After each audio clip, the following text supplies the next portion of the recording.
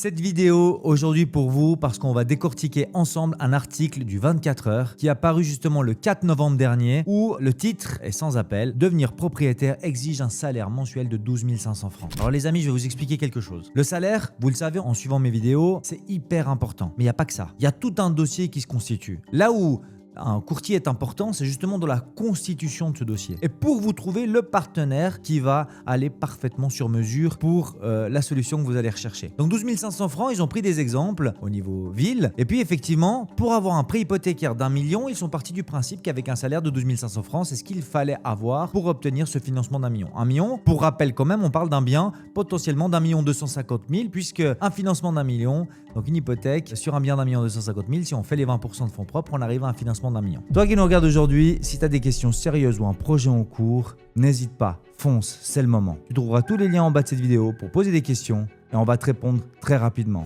Alors maintenant, c'est à ton tour. Passe à l'action. Donc là, c'est hyper important. Il y a d'autres choses hyper importantes et hyper intéressantes dans cet article. La première, c'est qu'on vous dit que 57% de la population suisse n'est pas propriétaire. Ils sont locataires. Et si on fait un peu le système de l'entonnoir et qu'on prend seulement les 18-35 ans, on monte à 68% de personnes qui ne sont pas propriétaires en Suisse. Donc c'est hyper important. Et puis vraiment, on le dit, plus on est riche, plus notre logement est grand. Ça aussi, c'est la réalité. Plus on voit dans les dossiers qu'on a chez Infinis, plus les revenus sont importants, plus l'endettement est élevé et plus les logements vont être grands. Par contre, ça ne veut pas toujours dire qu'on a un logement grand parce que si je prends un exemple concret, un appartement de 3 pièces et demie bien situé à Lausanne va vous coûter le même prix qu'une villa à Colombey avec piscine. Et puis, c'est pas forcément beaucoup plus grand parce que justement, la maison est quand même un petit peu plus grande au niveau des surfaces des mètres carrés. Donc là, les mètres carrés, c'est encore un autre problème. Le prix au mètre carré dépend de l'endroit dans lequel vous voulez investir. En conclusion, laissez un commentaire en bas de cette vidéo et je serai ravi de vous répondre